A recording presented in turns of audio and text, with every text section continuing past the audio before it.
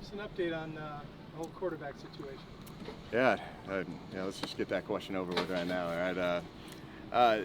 I think the competition's getting pretty. It's getting pretty close right now. I think the thing that we're looking for right now is consistency in that room. We got a lot of young players and new players. So Coach Wilcox and I have talked a lot about trying to rep as much as we possibly can, because the more reps that we get, the better that they're going to be. But with Sam and Fernando, I already have a general idea of what they're capable of doing because of having them for spring, and you watch just how they operate and how I can challenge them to make them better. But Sam shows signs of doing some unbelievable things, as you guys have already seen before, and but there's a consistency side that we got to keep improving on.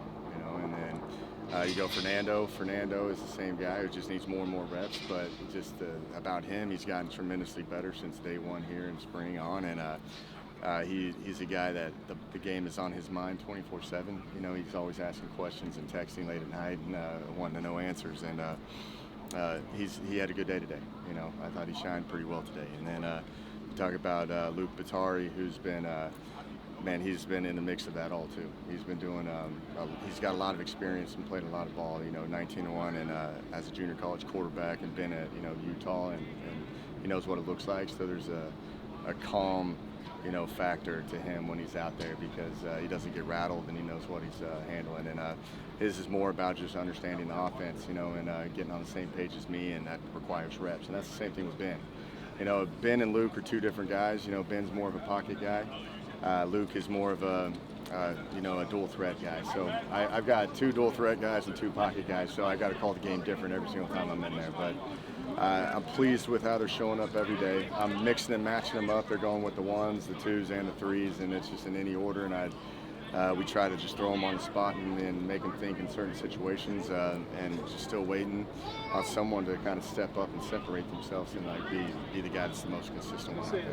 Is it fair to say that if you had a game tomorrow, Sam would perhaps be your starter, but that is not carved in stone yet? Yeah, luckily we don't have a game, tomorrow. So, that's still just a tough question right now for me, because I don't have anybody who consistently are just separating themselves right now. If Fernando and Sam end up number 1 and 2, because their skill sets are so different, you can envision situations where you have packages where both players I've thought about that many times because of the separation side of it. Like, no one's really like the true leader right now as the starter. So, there's a deal. If it continues this way, we're going to have to start packaging these guys and probably put the two best in there. And just like with that, it's just throughout the course of the season, one will separate themselves. But they both are dynamic, and you got to figure out. There's a lot that goes into that too, of what type of personnel we got. Like how our O-line's going, how our tight ends are going, how our receivers are. Is it going to be more of a 12 personnel? Is it going to be more 10 personnel too? And then how many schemes and packages that we can do with these guys to kind of separate them. So that could be a pretty fun deal going into the first game. But I'd really love to find a guy separate themselves so you can just lean all on them and put all the reps and all the experience in them. In your experience, how common has it been for that guy to separate himself versus having a competition all the way till the end? I've had some good ones over the year, but once you go through probably practice 10 to 12, you kind of get enough information and tape, and you've thrown them in all the scenarios from red zone, goal line, backed up, 2-minute, 4-minute, all that stuff, that you typically find a guy that's outperforming by a little bit more, and that's the beauty of this game. I really appreciate how these guys approach it every single day, because they all want it and it all means something to them. So I think eventually, that probably the fourth quarterback and the third quarterback we'll probably figure that out. And I think we'll probably get down to two guys and just let them kind of slug it out for the last few practices. A lot of your bigger new receivers that are second, third string guys have really big days today. You're touched against Hightower and Montgomery. What do those guys need to do to see playing time with the ones, or rotate in really quickly where it doesn't even matter if they're ones? Yeah, and we're starting to do that now. Moving forward, we're going to start moving those guys in just to create some competition in there, and and just let them just get more tape with them going up against the one defense. they've had all the guys in the receiver room have had their ups and downs. I think our DB room is very talented. I really do. I think it's one of the better ones out there that I've seen in a while, and they're competitive. And there's some days where I say I'm never going to motion, I'm never going to stack, and I just want to see if you guys can win one-on-one, because I know Coach Sherman and I talk, and we know it's going to be a heavy man day, and sometimes it looks really bad from an offensive perspective, but I just want to see the guys that are going to go out there and win, and that we can kind of rely on. But to your point, your question, we got to get those guys in with the ones, and see what they're capable with the top level we got right now. What did you think of the response today? Coach Wilcox was talking about struggling to get into the end zone yesterday, and you guys didn't have those issues today. What did you think of the response? Yeah, that was something that I was concerned with. I wanted to see. It's never fun when you're not having success, and you see the frustration in them. But to their credit, they showed back up today, and they took the coaching last night, and they came back and responded. Now I want to see if they can do it again. That's the consistency of it all. Right now, you talk about our quarterback play, it's just the inconsistencies of it all. I want to see that, if we can put multiple practices back to back to back, in order for us to be a consistent offense and a good offense. So really pleased with how they responded. Let's see if we can do it again tomorrow.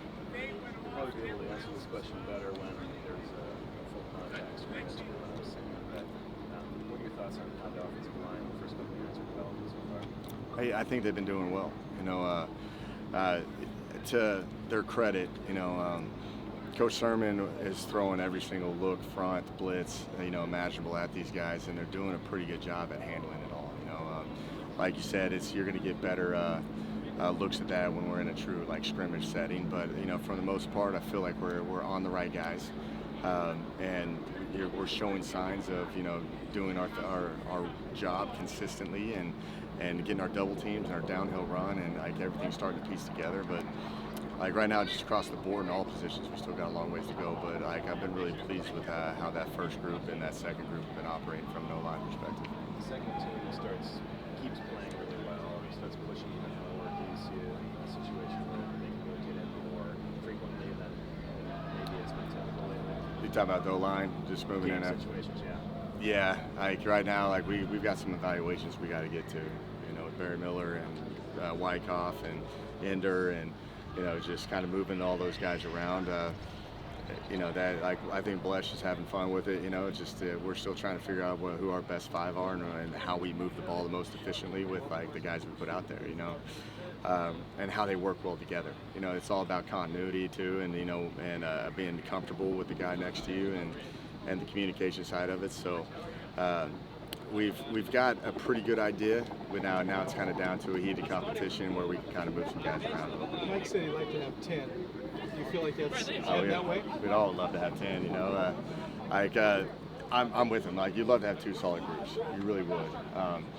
But my experience in the past, it's just all right, this is your starting five, and this is our next best offensive lineman, and if one goes down, this is the order that it starts changing. You want 10, but it ends up being 6 or 7. Yeah, I've always said 8's always been good, so I've always looked at it from an NFL model. NFL model is going to always bring around 7 O-linemen, to the game, and they got to have guys that are very multiple and play a lot of different positions. So, luckily we don't have we're not the NFL, and we've got a lot more bodies in that room. But you are putting people in different spots too. We are, yeah, and because a lot of these guys at their previous schools have played a lot of different positions. Wyckoff's been playing guard, and he started at center. So. At Texas A&M. So there's a lot of moving parts. Miller played guard, and you're playing with tackle. We got him at tackle, but the thing is, they've got experience. They know what it's like. They've been in the heat of the battle, and that's a comforting deal for me, where you're not putting a guy in there with no experience that could be a little wide-eyed when he goes in on his first game. Jeremiah made the Bolitnikov watch list today. How do you go about keeping teams from kind of trying to take him out of the equation for you guys? Yeah, and that goes down to the consistency of that whole room and guys just separating themselves, because you'd love to have multiple vertical threats on each side of the ball, and I think Maven and Monroe have been doing a really good job, and that's going to free up some more one-on-one opportunities for Jeremiah. I like with having a run game with Jayot. I think Jayot is playing at a high level right now. With a good run game, you're going to have one-on-one opportunities, and if they start to bracket Jeremiah Hunter, then we have to have someone else on that other side go win. And Jeremiah's playing at a high level right now. He's still got a lot more to improve. We all do. But like with him being on that watch list is not a surprise to me. He's a big body and has been productive in his years here, and it's up to us to find some more guys out there that just be able to spread the ball all over the field more evenly. Like when I was here in 16, I had Chad Hansen and Demetrius Robinson. I'm looking for that other guy to be consistent on the other side. Seems like Taj Davis is playing pretty well for you. Yeah, I think Taj, Monroe, Maven, Marquise. You got Tron Grizel, who's been stepping up tremendously lately. Who's very long and can run pretty well. Those guys, you got Mason Mangum too, and we've been playing him inside and outside. And the thing that Coach Toller's been doing a really good job at is it's kind of like the O-line situation. They all got to learn every position right now, and because I think there's an element of tempo, and then them moving in and out of the slot position and the outside receiver position. It's just going to find ways to get guys on the field. Your top three, right now, if we have a tight end in the game, we can move, mix and match however we want to do that.